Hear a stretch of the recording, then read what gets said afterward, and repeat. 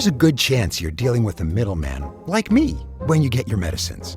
That's because PBMs and insurers are often the same company. We even own big chain pharmacies and are buying your doctor's office.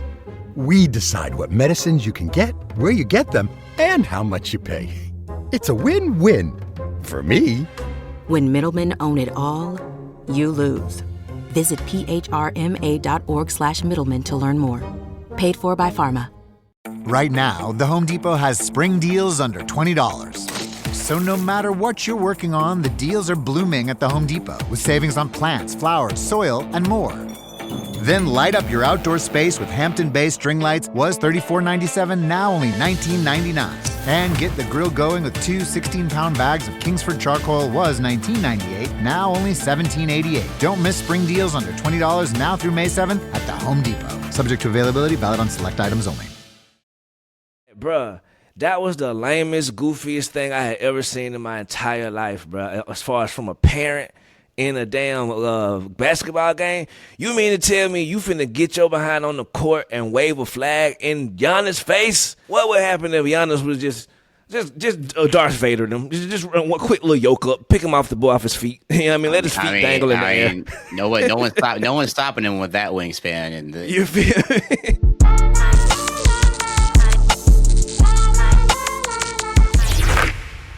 You came up to me and said, who do you think will not be the hero of Game 7? Like, guaranteed. I would have put Buddy Hield at the forefront. I would have never expected this from the boy. Like, salute to him, perseverance with the Kings, Pacers. He done went through a little struggle, bro. He even got introduced to Steph Curry last week by Steve Kerr. Was like, yo, meet the greatest shooter in the world, please. Pass him the damn ball. Like, bro, I can't believe them boys made the Houston Rockets look like that. You did. Like, they was stuck in the mud. What you think about that series, how it went down? I feel bad for Houston Rockets fans because this is the second time they've lost to Curry in a Game 7. And I feel like it was just an absolute disaster class by everybody not named Amen Thompson. I mean, Şengün was really struggling finishing. Jalen Green was basically a non-factor for every game except for the game where he had more than 30.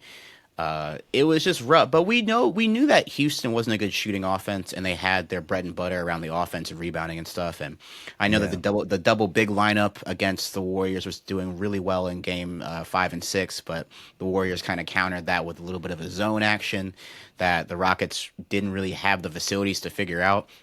But there has to be something. The facility. They had the facility. They had the facilities to figure out the zone. I mean, because I saw it was like 3 minutes left going into halftime, and the Rockets have 39 points. Yeah. And I'm like, is this 2004?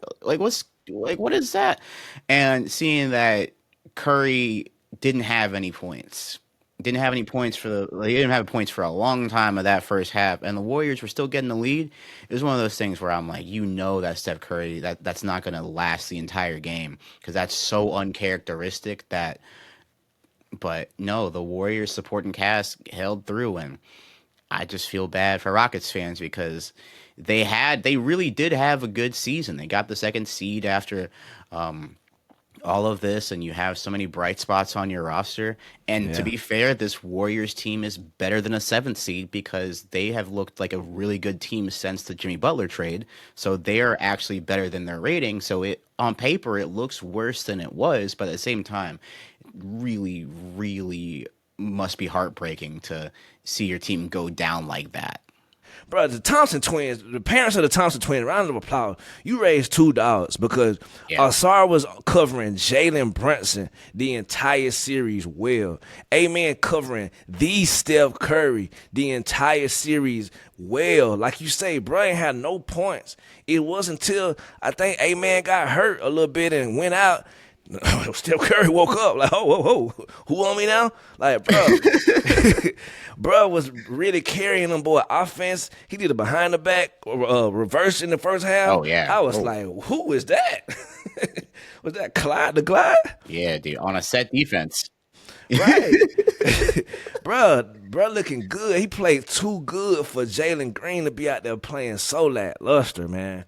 Like, I don't understand it all, bro.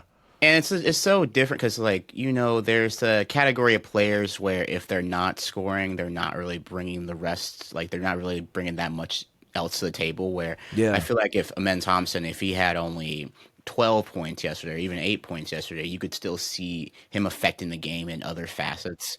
Whereas with Jalen Green, the ball has to go in the basket, or else we should probably bring in Atari Eason or try any other different lineup because it's just not working if you're not scoring the ball. And the sad part is that this Rockets team, the way this Rockets team is constructed, you would think that a Jalen Green that could take the next step would be the perfect kind of thing for this Rockets offense, but he really hasn't shown any sign of improvement over the last 2 or 3 seasons. I would never imagine Steven Adams had a bigger impact on this series than Jalen Green, bruh.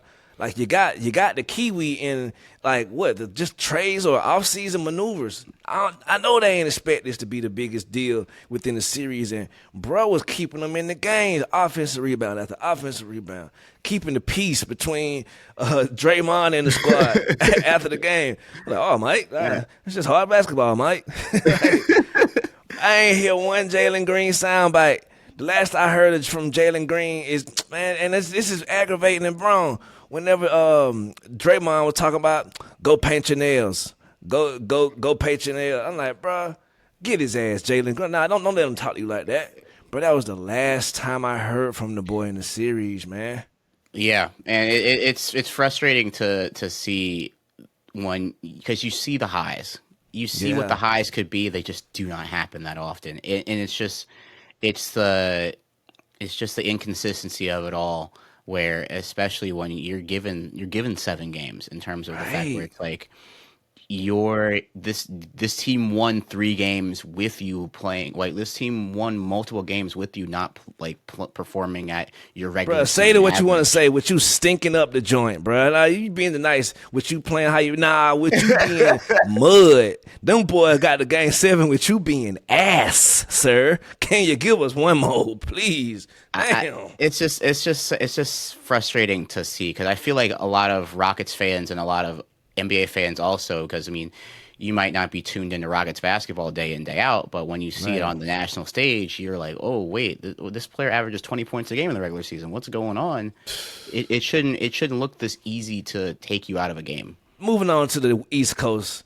The Cavaliers, they playing the Pacers now, you feel me? The Pacers had a great series against the Milwaukee Bucks, but the goofiest, I still can't understand how this goofball really thought that he would get this shit off. Haliburton daddy, bruh. Like, bruh, that was the lamest, goofiest thing I had ever seen in my entire life, bruh. As far as from a parent in a damn basketball game. You mean to tell me you finna get your behind on the court and wave a flag in Giannis' face? Like, bruh. No, that's crazy. Number one, you didn't beat the damn the Thunder or nobody. You beat the Bucks, the lowly Bucks. Bro, like, everybody hurt on the Bucks. You getting out there doing all that, bro. Shame on you, big dog. Like, even your son had to clean it up after the game. Like, I don't know what my dad was on. It was a bath salts. I don't know what the hell bro was on. Like, that was so goofy to me, bro. What you thought about that situation? That situation. I mean, good on Tyrese for calling his dad out and saying he's doing too much. Because I know there are probably some other players that probably wouldn't have. But like that's a good sign of self-awareness. But it didn't surprise me. I mean, these two teams do not like each other. They do not like each other. No, they remember that incident they had with the game ball. Yeah. Yeah, where Giannis was like, I dropped this, and then someone's like, no, but our rookie scored their first point, so the ball should be ours, and that started. No, these teams don't like each other. On top of that, you have the Haliburton Lillard rivalry that spanned for multiple years. I totally understood that, even though the series ended in 5. It was a series where they actually they're personally invested, right? You take Pistons Knicks where it's like, yes, historically the fan bases don't like each other, but now the players are in it. Now the players are involved. Maybe they haven't seen the Knicks as the postseason adversary or vice versa, but we have that now. The Pacers and Bucks already had that installed, and this Pacers team is I think it's one of the teams in the league where, dude, if you are not prepared for how they play, it doesn't matter how good your team is. They will run you off the floor. Like you can have all the talent on, like, as soon as you make a bucket, the Pacers are looking to get whatever opportunity, and they can take that bucket right back and then some. And I mean, I don't think we give the Pacers enough credit for how close they played Boston last year. Respectfully, like it was the game. I think it was a sweep, but still, every game you're just like, man, this Pacers team playing really hard, and Boston really had to game plan against them really well. Right, yeah. Remember, Jaylen Brown had to hit a corner 3 buzzer beater to get to overtime in one of them games. Like, yeah, all them games was crazy. As a Boston fan, I was like, man, somebody take them out. Cleveland, somebody take them out before we get to them if we make it past the Knicks, because I don't like it, bro. But tell me this right here. The composure of Giannis in the Haliburton dad situation, bravo. Like, very good example. He took to the podium and said a couple things.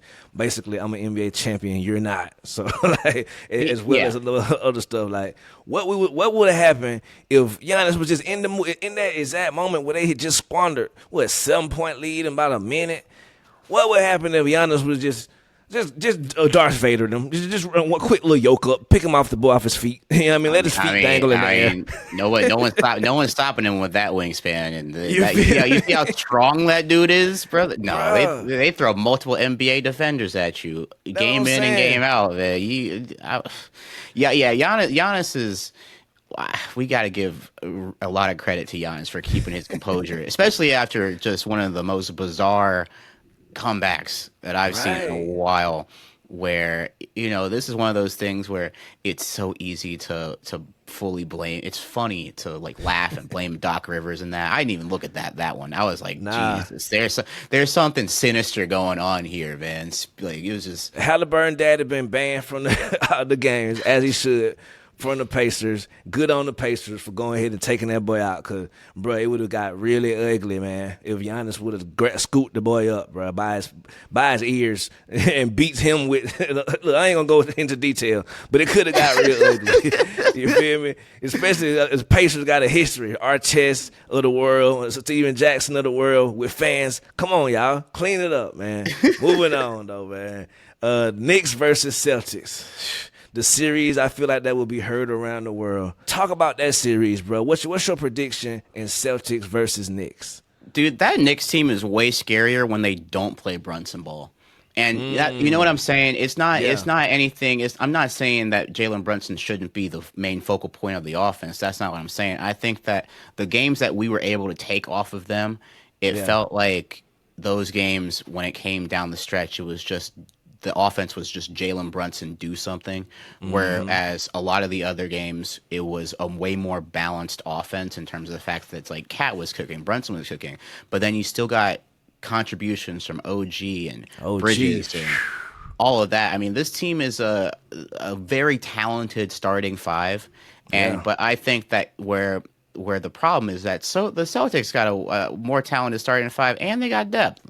I think that's the fact where depth is very important for a playoff series, and when the Celtics they got 2 guys that really can guard as guards in terms of Drew Holiday and Derek White. I mean, it's really not fair when you think about it. I'm predicting. I mean, I love my Celtics, man. I'm going Celtics in about 5/6 according to how the referees blow the whistle. You feel me? Because the referees should be ashamed of their damn self. Like, I was really hoping to play these Pistons, because that would have been more awesome and more fun. But now it's like life or death. Because I do not want to hear no Knicks fans all in my damn face talking about whatever the hell they be talking about. Like, every year, they the champions. Michael Jalen Brunson. I'm like, get them out of here, bro. I hate the Knicks fans. Y'all know what y'all can do. It's a PC show. So yeah, I'm glad clean them boys up in 5-6 games, man. What's your prediction? What you think? How the series gonna go? I'm gonna have to go Celtics in 5 as well. I just think that there's too much. There's just too much on their side in terms of what they can do against the Knicks' best players. We finna goddamn wrap this shit up. What should we be looking for from the coaster? You dig it? Feel free to check out my YouTube channel, Kofie, Kofie, and feel free to join me on Nebula. Kofie as well. We'll be back with another episode next week. Same bad time, right here on the network. You dig.